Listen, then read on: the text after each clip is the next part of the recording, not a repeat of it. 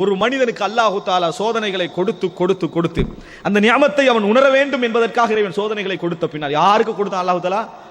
மிகப்பெரிய மோசமானவனாக குர்ஆனில் சொல்லப்படும் ஃபிரௌனுக்கு கூட அல்லாஹு தஆலா என்ன செய்தான்? அதை கொடுத்தான்.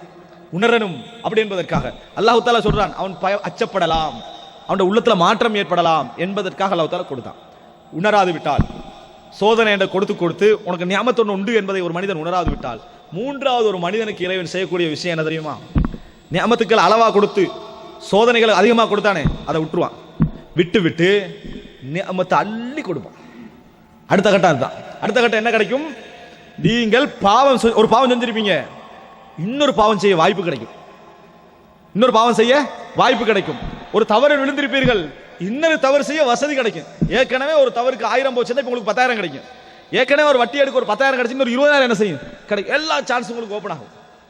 எல்லா பாவம் இந்த நன்மை செஞ்சுட்டீங்க, அவனுக்கு தான் டெய்லி சோதனை, நம்ம தொழாத நம்மளுக்கு எல்லாமே கிடைக்குது என்ற மாதிரி என்னது ஒரு ஃபீலிங் உங்களுக்கு வரும். அல்லாஹ் அதை சொல்றான். அவர்கள் ஃபலம்மா நசூமா துக்கிரு பிஹி, அவர்களுக்கு ஞாபகப்படுத்தப்பட்டதை அவர்கள் மறந்த பொழுது அவர்களுக்கு வானம் பூமிகளுடைய ரஹ்மத்தை நாம் திறந்து விட்டோம் என்றான். எப்படி சொல்றான்? ஃபலம்மா நசூமா துக்கிரு பிஹி, எதை அவர்கள் ஞாபகப்படுத்தப்பட்டதோ அவங்க அதெல்லாம் மறந்துட்டாங்க. மறந்தவுடன் வானம் பூமியெல்லாம் திறந்து விட்டோன்றான். ரஹ்மத் எல்லா பக்கத்தாலையும் கொட்டும் என்றான். ஏன்? இதுக்கு பிறகு உங்களுக்கு இறைவன் ஞாபகமே வரக்கூடாது. இதுக்கு பிறகு இறைவன் ஞாபகம் உங்களுக்கு வரக்கூடாது. தண்டனைக்குரிய ஒரு வழிதான் உங்களுக்கு திறக்கணும் என்பதற்காக அல்லாஹ் தஆலா எல்லா நியமத்தையும் திறந்து விடுவான்.